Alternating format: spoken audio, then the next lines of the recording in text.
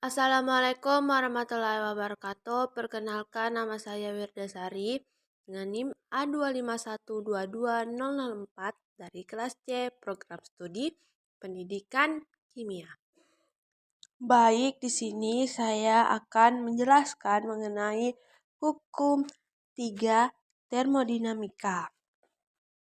Hukum 3 termodinamika menyatakan bahwa pada saat suatu sistem mencapai temperatur nol absolut, semua proses akan berhenti dan entropi sistemnya mendekati nilai minimum. Hukum ini juga menyatakan bahwa entropi benda berstruktur kristal sempurna pada temperatur nol absolut bernilai nol. Pada kondisi kristal sempurna pada 0 Kelvin, semua komponen atom, molekul, atau ionnya ada dalam posisi tetap dalam isi kristal tanpa melakukan gerak apapun. Adapun konsekuensi hukum 3 termodinamika, di mana yang pertama, zat pada kondisi temperatur lebih dari 0 derajat Celcius akan memiliki nilai entropi positif. Dan nomor yang dua, zat pada kondisi temperatur kurang dari 0 derajat Celcius akan memiliki nilai entropi negatif. Adapun penurunan rumus dari hukum 3 termodinamika, di mana delta S0 sama dengan Cp per T kali delta T. Lalu ada juga ln delta S0 sama dengan ln Cp per T kali delta T. Lalu ada juga S0T kurang S00 sama dengan ln Cp per T kali delta T.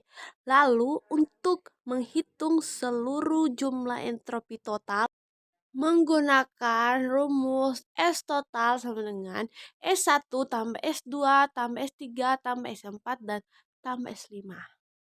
Setelah itu kita akan melihat tentang materi energi bebas Gibbs.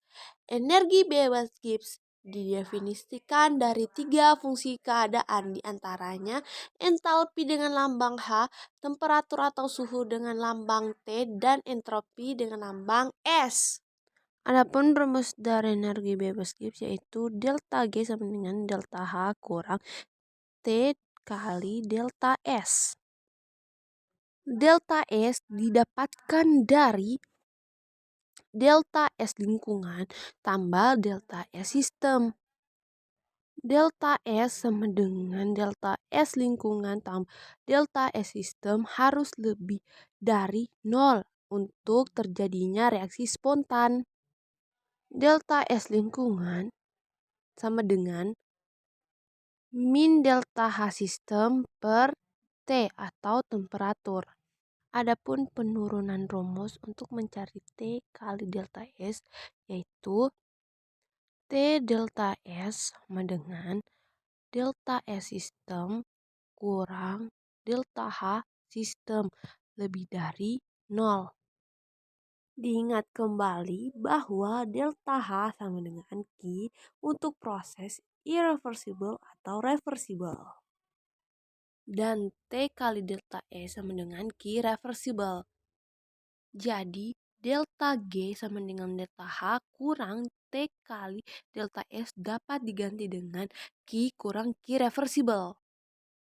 Jika proses reversible, maka Q sama dengan Q reversible. Maka delta G sama dengan Q reversible kurang Q reversible bernilai 0, di mana hal ini sesuai dengan kriteria hukum termodinamika. Ada 3 keadaan delta G, di mana yang pertama, jika delta G kurang dari 0, maka proses yang akan berlangsung secara spontan. Kemudian jika delta G sama dengan 0, maka sistem ada pada keadaan yang setimbang. Lalu jika delta G lebih dari 0, maka proses yang terjadi itu secara tidak spontan. Berikut untuk latihan soal.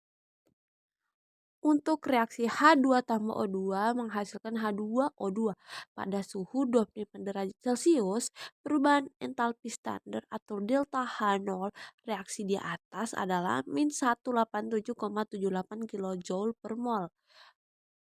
A. Tentukan nilai perubahan energi bebas standar delta G0 pada suhu 25 derajat Celcius, di mana yang diketahui S0H2O2 sebesar 109,6 Joule per mol Kelvin, S0O2 sebesar 205,2 Joule per mol Kelvin, dan S0H2 sebesar 130,7 Joule per mol Kelvin.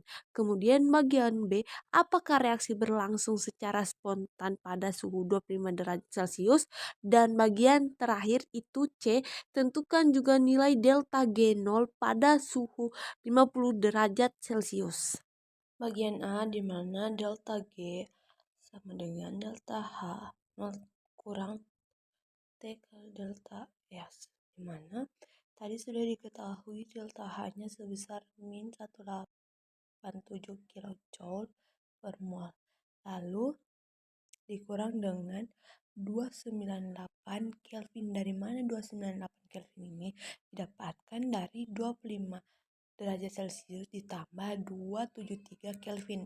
Maka dihasilkan 298. Lalu dikalikan dengan min 226,3 Joule per mol Kelvin sebagai nilai dari delta S. Delta S dicari dengan menggunakan rumus delta S sama dengan S0 dari H2O2 dikurang S0H2 tambah S0O2, di mana delta S sama dengan 109,6 Joule per mol Kelvin kurang 130,7 tambah 205,2, di mana delta S yang diperoleh sebesar min 226,3 Joule per mol Kelvin. Lalu tadi sudah dimasukkan ke dalam rumus delta G sama dengan delta H kurang T kali delta S. Lalu sama dengan min 187 kJ per mol kurang 298 Kelvin dikali dengan min 226,3 Joule per mol Kelvin menghasilkan delta G-nya sebesar min 120,3 kJ per mol, di mana tadi satuan Kelvinnya habis dari suhu dengan delta S-nya. Lalu kita beranjak ke bagian B. Delta G-nya kurang dari 0, maka berarti proses yang berlangsung itu terjadi secara spontan. Lalu bagian C. Mana bagian C ini delta G pada suhu 50 derajat Celcius, di mana menggunakan rumus seperti bagian A tadi.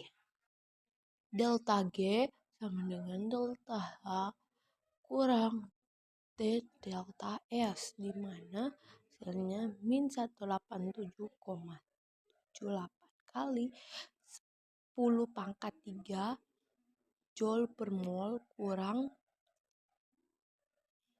323 Kelvin kurang 226,3 Joule per Kelvin.